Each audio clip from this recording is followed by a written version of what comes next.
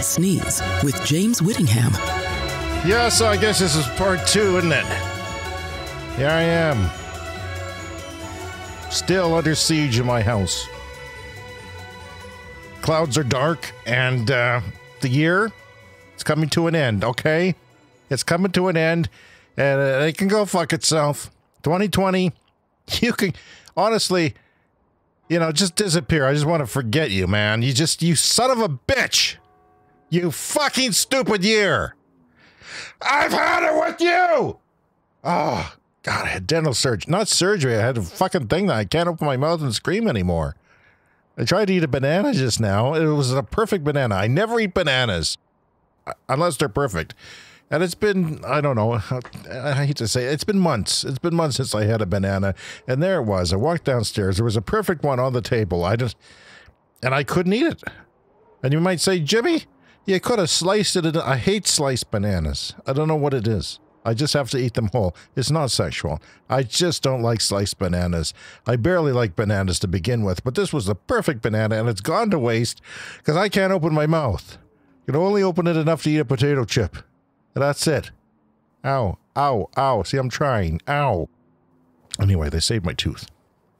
I cracked a tooth and I'm eating a chewy granola bar, and half of it disappeared. Basically, half of it was still there, and the massive cavity in the middle was still there.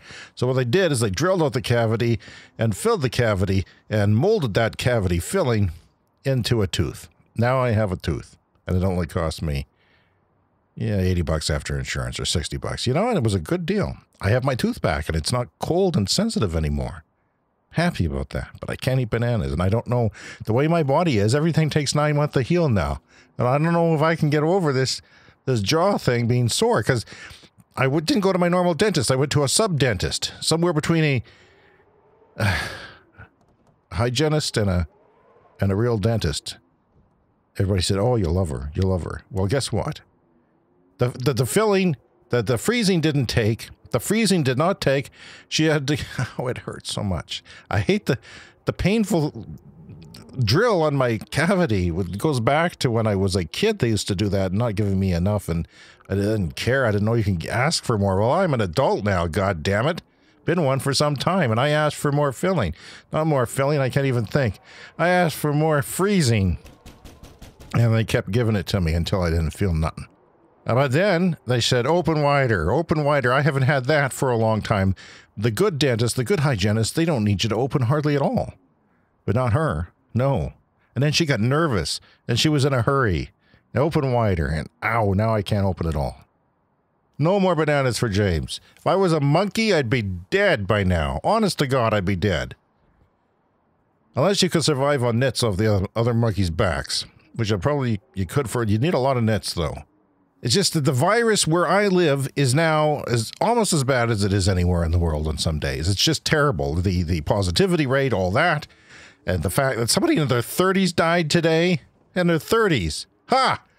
My metabolic age is 86. I will end you! I will... Ah! Death. COVID, or whatever the fuck you are. Fuck off. Ow, it hurts to yell. It does, it hurts. Not emotionally, physically. And then that makes you hurt more emotionally when you're physically hurting to be angry. So it's like a cyclical effect, and it spirals out of control. I can't take it anymore. The vaccine, okay? I looked at... You know what they're going to do? They're going to give it to people who need it more than me.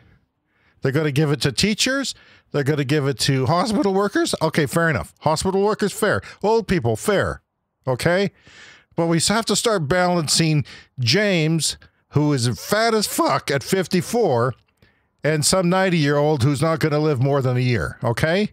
Okay, I've got a good quality of life going for me here. I bathe myself. I shit in the toilet. I enjoy my bidet. Do some old people deserve the vaccine before me? because I'm pretty sure, you know, there's 100-year-olds who have survived this damn thing. I don't think I would. I don't think I have underlying conditions, okay? One is gravity. The other, a little bit of high blood pressure. Not much. Actually, it's high right now, I bet. Who knows? I don't feel great these days. I just feel like it's going to kill me. And that's going to be that for me. 5 days later. 5 days, you got 5 stinking day. You get a little sniffle and then you're dead. You're in a freezer truck in 5 days. That's what we're looking at here. It's not sweet, people. It's what I'm facing. It is what is outside my door. I got a gun! Ha ha! Yeah. Sick of this shit. I'm just sick of the pressure. How many months has it been? The world has gone bonkers. It's what the hell happened? Honest to God, 2020, what the fuck happened? You know, today, on the Twitter, the former Israeli space security chief says aliens have been in contact with us for years. This is an old man, now retired, that has decided to come out with this story. And there's an underground base on Mars where aliens and U.S. representatives meet. So Elon Musk, cancel your Mars program. Apparently, one's going on in secret. You know, does Bill Gates control the aliens? He controls the virus. He controls the vaccine. Does he control the aliens? How far is Bill Gates' reach? Okay? So what's stopping him if he can control us through liquids injected in a needle? What's stopping him from controlling the aliens? Because surely the God, he's smarter than the aliens. Don't trust smart people because they will put fucking microchips in you. That's the message here. Yeah, I've never been probed by an alien, and if there are aliens, I would be really disappointed that I haven't been probed, because I feel like I'd be missing out on something. Why have not been on an alien ship being dissected? Why not? And why do they always probe you and never go for a sperm sample? I mean, do they take the sperm sample with a needle? Ouch. Seems like the easy way to go, but aliens, if you're listening, there's a more enjoyable way to get sperm out of people. And you should look at that next time you're probing them. Okay? All I'm saying, would they tell me if I had polyps? I mean, if you're going to probe me, will it be after they're done? You're saying, Mr. Whittingham, we found a couple of polyps while we were inside. And also, you're going to die when you're 20. Why do they dissect everyone? Why are they always probing people? Everybody's the same. What you do if you're an alien is you take 1, 2, 3, I don't know how many people you take, you kill them, and you completely dissect them. That's all you need to know. Unless you're just trying to see how your virus that you put on the planet is trying to, how it's going so far, and you're looking for abnormalities, gerbils. Remember when gerbils in the anus were a thing? Yeah, that never really happened, people. It's a shame, but it never really happened. Could I request some lipo if I was on the table, on the operating table on a spaceship? I could say, while you're in there, would you mind taking off a couple pounds around my nipples? Because people are starting to talk. Would you mind doing that? You know? And it hurts when I go like this. And I'm not kidding. It does. It does. You don't know what I'm doing, but I'm lifting my right arm. My shoulder hurts. Could they fix that? Could you leave me in better shape? Well, the reports on Wikipedia say that aliens leave people with more medical conditions, that they're injured in some way. Why aren't they fixing us? If you're going to take us up there and probe us, why not leave us in better shape than you found us? This is what I'm disappointed in.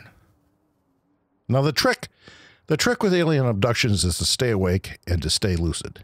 So if you ever see me trending on Twitter, if you see James Whittingham trending on Twitter, it'll be trending alongside probing, because I will have live tweeted my alien probing. That's the only way you'll ever see me trending on Twitter, is if I'm getting an alien probe and I've somehow managed to stay awake, which is not hard, because they often underdo my doses, medically speaking, because they just don't. I look thinner than I am, got a lot more weight than I'm holding, okay? And people don't give me enough drugs, just like at the dentist. So maybe I would stay awake, and maybe I would live tweet, maybe I'd Facebook live the thing. I don't know. Obviously, I would want to do that if I was getting probed. Maybe give some commentary on it if they weren't listening. If they were busy. Would they be so kind as to use lubricant? Would the aliens be Star Trek Blue Women? That kind of alien. And if so, would I be sad to leave? All I'm saying, what's with the probing? Why aren't you interested in our sperm? As I sit here thinking about dying because of the COVID, I have to wonder, what are all the things that I never got to? And I haven't thought about this in a long time. And apparently this is something you think about only when you get the, you've got 3 months to live diagnosis. Absolutely convinced that I'm going to die from COVID if I get it. Absolutely convinced. High chance of it happening. But you know what? I'm going to be full of regrets because I've really fucked away my life. I fucked it away, people. You know, it was a bucket list item for me to master the European cheek kiss before I die. Never done it. Never done it. Had it done to me, I didn't know what the fuck to do. I just stood there and puckered. But I would like to learn how to do it. I would like to competently greet somebody just like the elite do, just like Hillary Clinton and her gang does after they're drinking baby juice. To kiss each other on the cheek or mouth it or whatever, you know? And it's different in different parts of the world. Sometimes there's one, sometimes there's two, sometimes there is three, including Russia. And then there's a big bear hug that follows. Not anymore. COVID's killed the cheek kiss, so I'm never going to even if I survive this shit, I'm not going to have the chance to ever do the European cheek kiss. I was hoping to be so comfortable. I've only recently become comfortable with hugging. Probably in my 40s sometime. You know? I came from such a rigid family that I would... you don't need to hug people. You certainly wouldn't fucking kiss them. Especially strangers, the people you just met. You know what I'm saying? It's not a Whittingham thing to do. And yet, I regret not ever doing it. No, I regret not ever mastering doing it. Not ever becoming comfortable doing it. And now it's never going to happen. No matter what happens, and this is like this for all of us. If you haven't done it yet, then you're in the same situation. Some cultures actually do apply lips to cheek, which, no, that's not going to happen ever again. Probably a bad idea. So what you do is you touch cheeks and you give a little ear kiss, a little soft smacking sound. Not a big bombastic, ow, ow, my jaw, fuck. God damn it. That was worse than eating the banana. Ow. My life is a tightly woven tapestry of awkward moments, if you haven't noticed. It is just that, and if you're going in for a hug and they're doing the cheek kiss, you can actually meet lip to lip accidentally. I've been told that. And given that my life has been a tightly woven tapestry of awkward moments, I suspect that would have happened to me. And I would tell that story at parties. I would have another party story. I don't have enough party stories, not enough cocktail stories to get me through life. My kids will have a story. Yeah, my dad died of that COVID. Remember that? Yeah, took his life. So I composed a list. I sat down the other day, realizing that death is imminent. And I have a long list. It just flowed out of me. A summer romance. I've never had a summer romance or an affair. And I never will now. I regret not ever being able to enjoy vegetables. This is pathetic. I've never water skied. Never water skied. Would like to. Probably too old now anyway. I have to get in a lot better shape with the knees. I've never leaked a sex tape to improve my image. My agent said my body was not appealing and asked me to stop sending her tapes, actually, at one point. He said, you know, James, there is such thing as bad press. So I've never leaked a sex tape. I've never skydived. I've never nude skydive. I think there'd be too much pressure on my scrotum.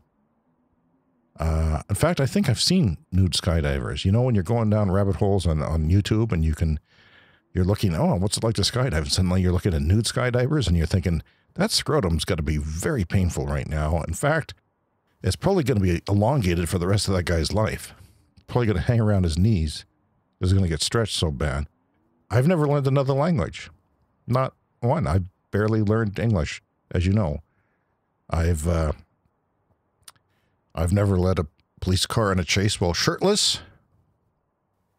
These are things that I've assumed that I would always do before I die. let's reframe it like that. I think I've always assumed that no matter how old I get, there's always room left in my life that these things will just happen one day. I've never had a maid or a butler full-time. I assumed that would happen. It doesn't jibe with the being chased in a police car shirtless. Those two things do not go together. I've never appeared on a major talk show for something I did heroically, something I assumed would always happen. I have never received a thank you letter from the Pope. I've never won a major lottery. I've never won a minor lottery. I've never fully shaved my head. I've never got a massage.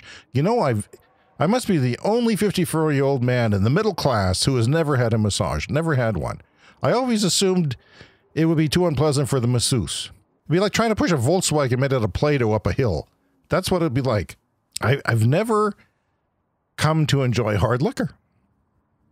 I've never had a wet bar in my home. Again, these are things that I just assumed that by the end of my life, no matter what course it took, these are just things I thought I would own a business. Never owned a business. I've never eaten caviar. I don't want to. I assumed it would just find its way in my mouth at some point. I've never had a piercing somewhere below my neck. I've never had payphone sex. I've never witnessed the unveiling of a flattering statue of myself. I've never invented something that hasn't been deep fried. I've never thwarted a robbery. Not once have I thwarted a robbery. I assumed that at some point, by chance, I would thwart a robbery. I've never published my own scandalous autobiography revealing famous people I've slept with and how much they liked it. Always thought that would happen. I've never broken bread with the Queen. I've never ordered a bottle of wine with a meal. That is just pathetic. I've never danced in public without the inevitable looks of horror and confusion. I've never played golf competently. I've never taken singing lessons. I've never learned the guitar. I always assumed there'd just be this period of time where I would one day do all these things. And you know what? The pandemic has almost come and gone, and I haven't done any of them. If I was going to learn another language, if I was going to learn the guitar, isn't now the time? It's not going to happen. Live or die. I've never found out that I'm the father of someone I didn't realize existed. That's never happened. There's still time. The email is in the notes of the podcast. I don't have a favorite rap artist. My son asked me who my favorite rap artist was. I had no good answer. I've never gotten a motorcycle license. I've never been able, ever, to do a handstand or a cartwheel. I've never bought an original painting for my home. I've never climbed Everest, although they say it's touristy now, and why bother? I've never changed my name, believe it or not. I've never got a tattoo designed to take into account future wrinkling and sagging. I always thought I would do that. I always thought I'd be the smart guy to get a tattoo, but to computeristically forecast where it's going to be in 20 years and, have the sagging built into it so it actually looks better with age. I've never owned a summer home. I've never been mistaken for Bill Murray instead of Dan Aykroyd. I've never paddled my way through a flood in a kayak on the evening news. I've never gotten into a fist fight. I've never had a skylight in my house. I've always wanted a skylight. I've never planned a vacation in advance. I mean, really planned a vacation in advance. I've never ice skated on a river. I've never been struck by lightning. I always assumed that would happen. I've never run for public office. It feels like people are asking me to do that all the time. Clearly, if you've listened to my podcast, you know I'm disqualified. I've never shot someone. I've never owned a raincoat. I've never had an operation, knock on wood. I've never spent over $100 on a restaurant meal. And I've never dyed my hair blonde. Although one time, I did dye it Ronald McDonald red for a hair show. I've never owned a suit. Never. It's true. 54 years old. They will bury me in sweatpants. I've never attended an orgy by mistake. Always assumed that would happen.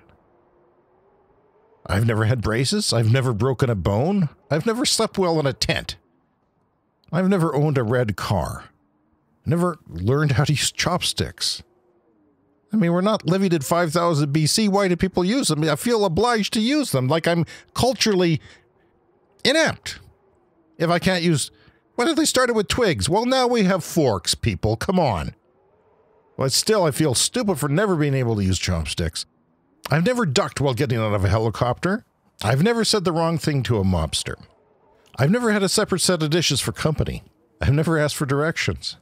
I thought one day I'll be at that place, I'll be comfortable, and I'll ask for directions, won't think a thing of it. I'm one of those people who ask for directions, and they're annoying as hell. Never rented a cottage. I've never been diagnosed with an STD. I've never experienced an earthquake. I've never been part of a kidnapping. I'm not sure which end. Maybe both. You know? Will you fuck off? So you see, my life is pathetic. And this is how I go out. This is how I go. I'm coming! Ow! You know, death will be sweet upon my jaw. My shoulder.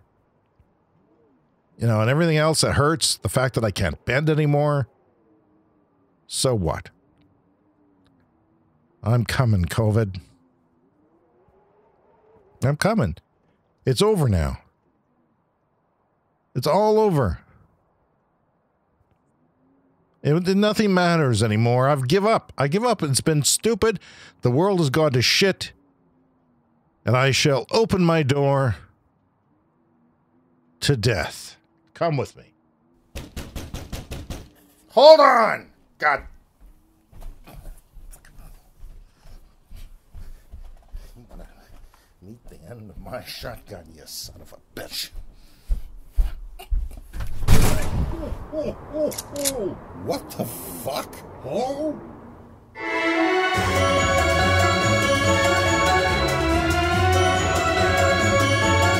Thanks for listening to Sneeze. Spread the love. Tell your friends.